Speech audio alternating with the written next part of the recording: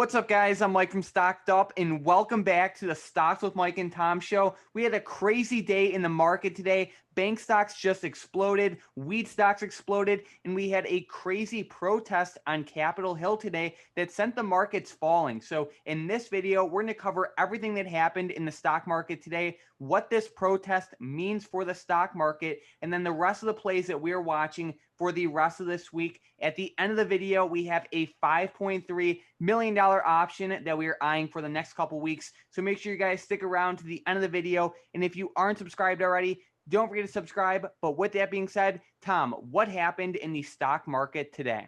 Yeah, really the big news was that the markets went into free fall to end the day, and you can really see how much the VXX popped again. And this was due to those protests at the Capitol building. So keep in mind that this is really a huge black swan event right now, and nobody saw this type of protest happening.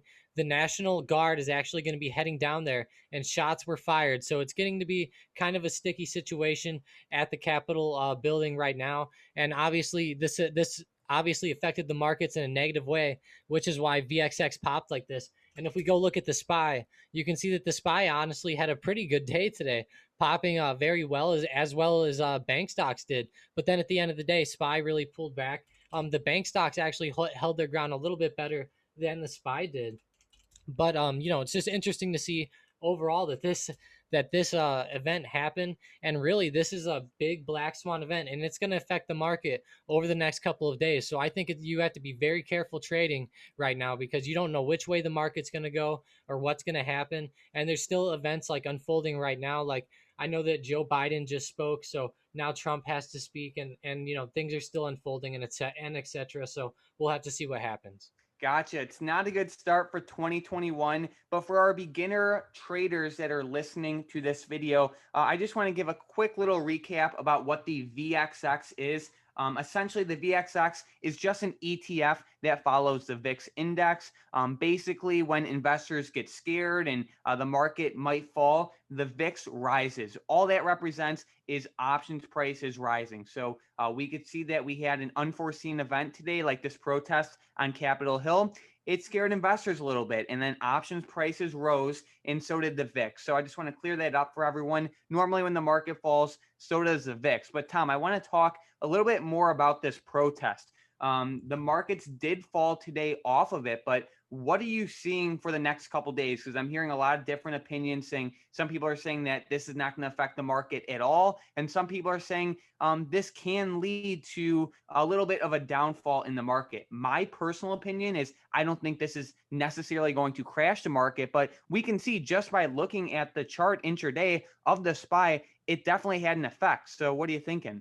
Yeah, I think that maybe over the next month or couple months, it could have a downwards effect on the market. But I think that once things actually get transitioned in whatever way it actually happens, I think that then I think that we'll actually see the market choose a direction. I think that we might just kind of go flat or just go slightly to the downside over the next month or two. I don't really see, as it being like a year of like a downtrend or something like that. If anything, I think it would be something very quick to the downside. I don't think that, this would like drag out for a few months or 6 months or anything crazy like that. But I do think, though, that it will affect it in the short term. Gotcha. So you're basically saying flat until like more like news comes out or like updates. Like I definitely don't see it affecting the markets for the next couple months. It's just kind of like a unforeseen event that I don't think anyone was expecting. So I guess we'll just have to play this event by ear. If the situation does kind of heat up more, I can definitely see it affecting the markets more to the downside. But until that, I don't see it as like a huge catalyst until we get some more updates. So what went on with bank stocks today? They're popping. Yeah, the bank stocks did very well, and honestly, they've been playing well off of some trend lines. But they had some good news where the yields are going to get higher, which is awesome for bank stocks. They're obviously going to make a lot more money whenever that happens. So you can see that Bank of America popped up pretty well, and then also, just all the overall market went up today as well, which was awesome for the bank stocks. And just really, it's a transition out of these other stocks into these stocks is just really what we've been seeing over the past 6 months as bank stocks have been rising back up. And then some of the tech stocks, yeah, some of them are still at all-time highs, but some of them are starting to pull back. Yeah, like even Apple and Facebook and Microsoft too, and Amazon. So I'm glad you pointed that out. But really, like you said, bank stocks are up because yields are rising. Some mortgages and just other, other interest rates are going to get a little bit more expensive. And then also, I see institutions and just investors in general really rotating. They're rotating out of tech and into stocks that have not fully recovered yet, like bank stocks. So it's nice to see that. In the stat modeling chat, we grabbed Bank of America call options back in November, and we're still holding those. Those options are up about 70%. So if you guys want to trade some of the options like that, you can click the Stocked Up Options Alerts link in the description down below. But overall, I still really like bank stocks for the next couple weeks and even the next couple months. So I'm excited to see how they recover. But what's going on with the weed stocks? Yeah, that's actually crazy. This is because Joe Biden was supposed to be certified today. Obviously, that got disrupted, so they're gonna have to do that like tomorrow or something. And like we said, there's going to be more updates coming out. But really, that helped the weed industry, and you can see that CGC popped pretty big today, as well as Aora Cannabis. They popped pretty strongly as well, and I really like the movement out of it. I actually played ACB. I actually bought into it yesterday, and I woke up this morning and was pretty excited to see it up at 12:30, but I ended up closing the position around 11.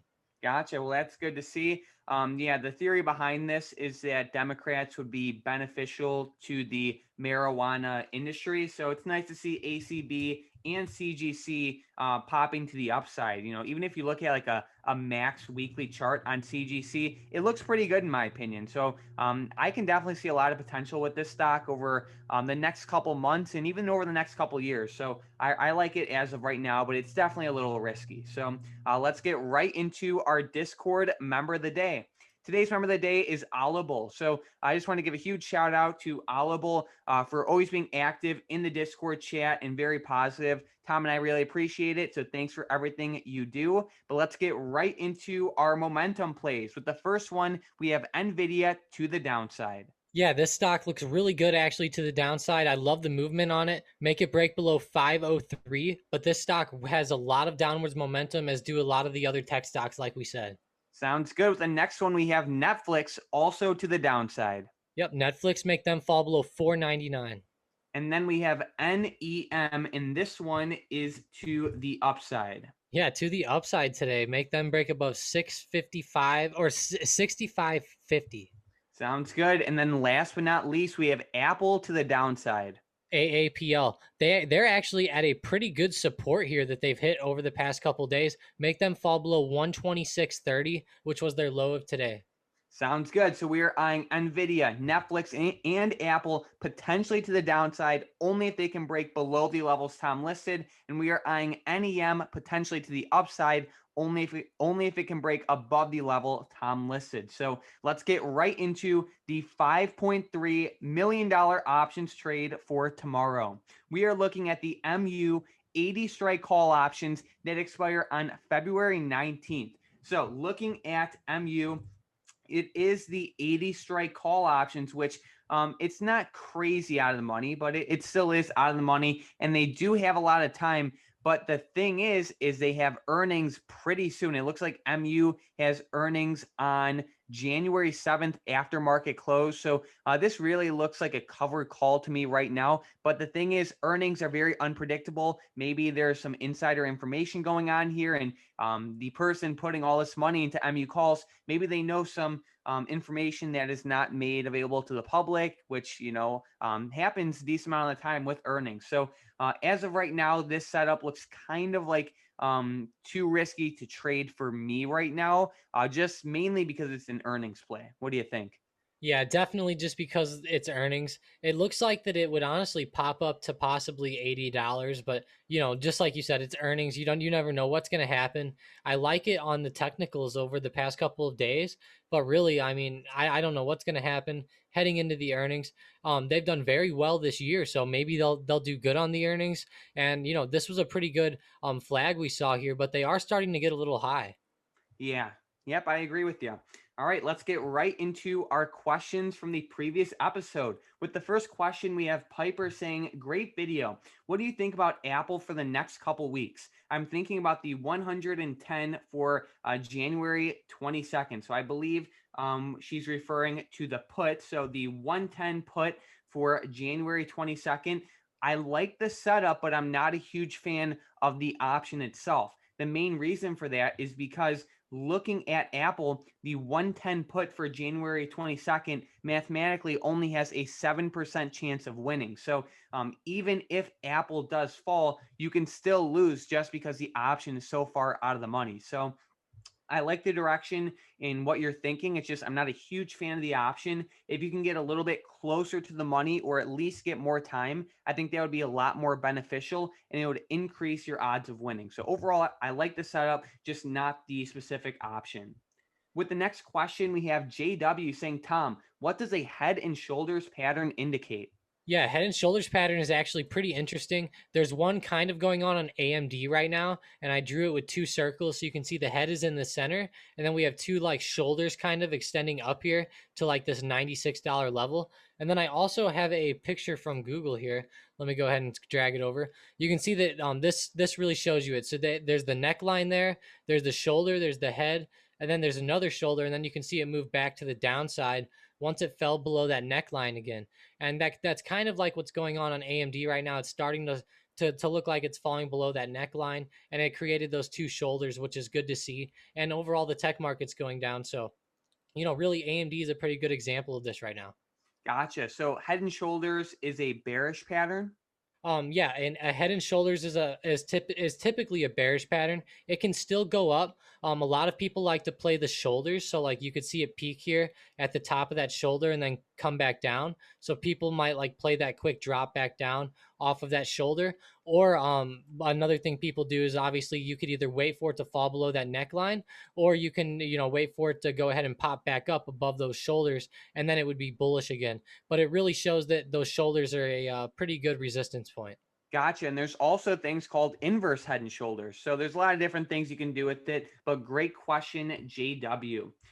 With the next question, we have Morik saying, "Thanks, guys. Can you please analyze NNDM?" So let's take a look at this one. NNDM looks like they're really running the past couple months. Normally, we don't trade stocks this low. It was around 65 cents a couple months ago. Now it's trending upwards, which is good to see. But Tom, can you give them like a support level or a resistance or any technical stuff?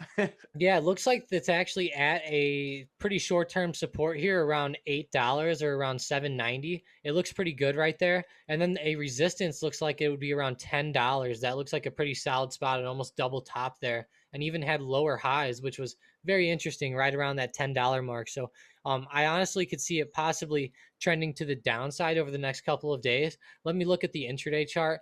It is bouncing off the 1,000 SMA, but overall, it's had a pretty bad week and a lot of downwards momentum right off of that $10 mark. You can see it actually hit $10 even and started falling.